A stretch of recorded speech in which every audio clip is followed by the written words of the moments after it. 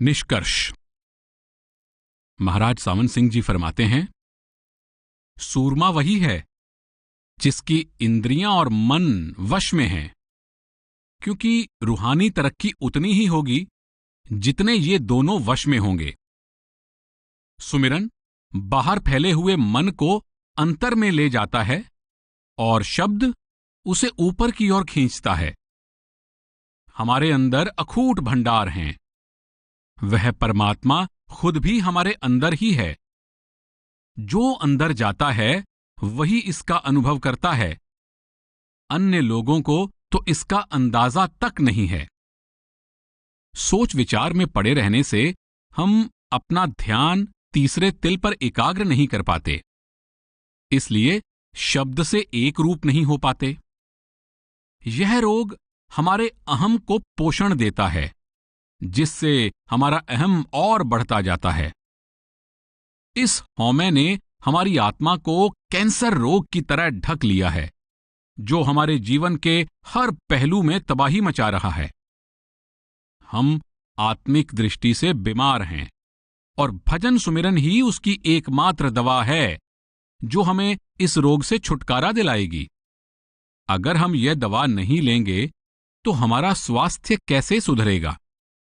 संतमत के बारे में हम बातचीत करते हैं, पुस्तकें पढ़ते हैं और फिर उस पर भी चर्चा करते हैं। इस विषय में बहुत कुछ कहा जा चुका है, बहुत कुछ लिखा जा चुका है। हम चाहे जीवन भर यूं ही बातें करते रहें या पुस्तकें पढ़ते रहें, इसका कोई फायदा नहीं होगा, क्योंकि बातें बनाना बहुत आसान है। केवल पुस्तकें पढ़कर हमें संतों के अनुभव प्राप्त नहीं हो सकते। अब जब हमें नामदान मिल चुका है तो हमें पुस्तकों की, चर्चाएं करने की, रिकॉर्ड की हुई टेपों आदि की या फिर सतगुरु के देह स्वरूप के पीछे भागते रहने की कोई जरूरत नहीं है। हमें और कुछ समझने की आवश्यकता ही नहीं है। हमें जरूरत है अनुभव की। जानकारी की जरूरत कम है, अपने में बदलाव लाने की जरूरत ज्यादा है।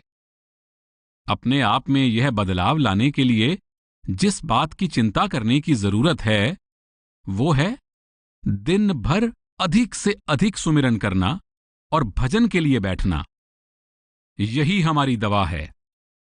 अगर हम सच्चे दिल से और पूरी ईमानदारी के साथ सतगुरु द्वारा बताई गई विधि से अभ्यास करें तो हम बेहतर इंसान बन जाएंगे। हमें अपने अनश्वर स्वरूप का ज्ञान हो जाएगा और हम परमात्मा से मिलाप कर लेंगे। हर सत्संग का, संतमत की हर पुस्तक का और दिन रात हमारे लिए कड़ी मेहनत कर रहे हमारे सतगुरु का मकसद है हमें एक ही संदेश देना। आप अपना भजन सुमिरन कर सकते हैं। भजन में आप अपनी एकाग्रता बढ़ा सकते हैं। आप में भजन करने की ताकत है, इसे करके तो देखो। पुस्तकों को एक और रख दो, बस भजन के लिए बैठ जाओ और शब्द से जुड़ो। डाई टू लिव यानी जीवत मरिए भवजल तरिए भजन सुमिरन पर लिखी गई बहुत ही उच्च कोटि की पुस्तक है। प्रस्तुत पुस्तक को समाप्त करते हुए आओ हम भजन सुमिरन करने के महत्व के बारे में इस पुस्तक के लेखक हुजूर महाराज चरण सिंह जी के प्यार भरे शब्दों को याद करें। मैं तो आपसे केवल एक ही बात कह सकता हूं, अपना भजन सुमिरन करते जाइए। इसके अलावा और कोई रास्ता नहीं है, कोई छोटा रास्ता नहीं है। आप भजन के द्वारा अपने आप ही अपनी मंजिल के नजदीक पहुंचते जाते हैं और आप अपनी हस्ती को खोकर प्रियतम का रूप हो जाते हैं। भजन सुमिरन के सिवाय और कोई उपाय नहीं है। अपनी हस्ती को खो देने का दूसरा कोई तरीका नहीं है। अगर छुरी पर जंग चढ़ा हो तो उसे उतारने का एकमात्र उपाय छुरी को सान पर चढ़ाना है। इसके बिना न तो जंग उतरेगा और न ही छुरी अपनी चमक प्राप्त कर सकेगी।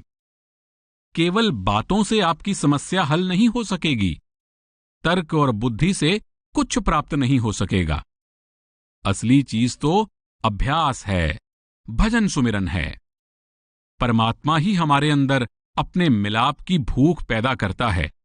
हम जितना अधिक अभ्यास करते हैं, उतनी ही ये भूख बढ़ती है।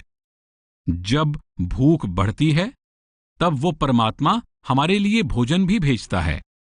जैसा कि हजरत ईसा ने कहा था, फसल कटाई के लिए तैयार है। फसल या भोजन तो तैयार है, लेकिन हमें अपनी चेतना को समेट कर उस केंद्र पर ले जाना है जहां हम अपनी फसल को समेट सकें। अपने जीने के ढंग को बदलकर संतमत के उपदेश के अनुसार ढालें और भजन सुमिरन करते रहें। बस इतनी सी बात की जरूरत है। भजन सुमिरन से ही प्रेम पैदा होगा, इसी से नम्रता आएगी, इसी से शरण की भावना पैदा होगी। सब कुछ भजन सुमिरन से ही मिलेगा।